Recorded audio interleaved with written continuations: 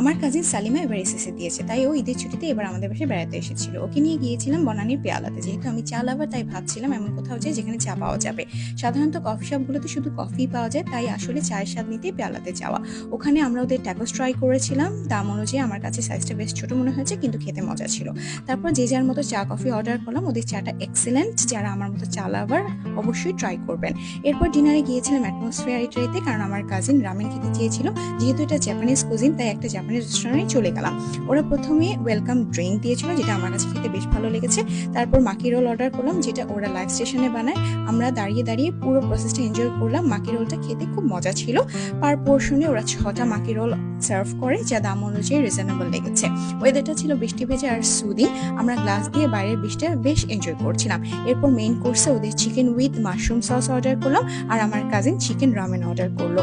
ওখানে যে জিনিসটা আমার কাছে সবচেয়ে বেশি ভালো লেগেছে তা হলো প্রাইস অনুযায়ী খাবারের পোর্শন বেশ ভালো। খাবারের টেস্ট এবং মান দুটোই প্রশংসনীয়। Last but not the least, ডেজার্টে ওদের mango with sticky rice try করলাম, যা আমার কাছে মোটামুটি লেগেছে, কারণ এর চেয়ে থাই রেস্টুরেন্টের গুলো আরো বেশি মজা লাগে। Thank you.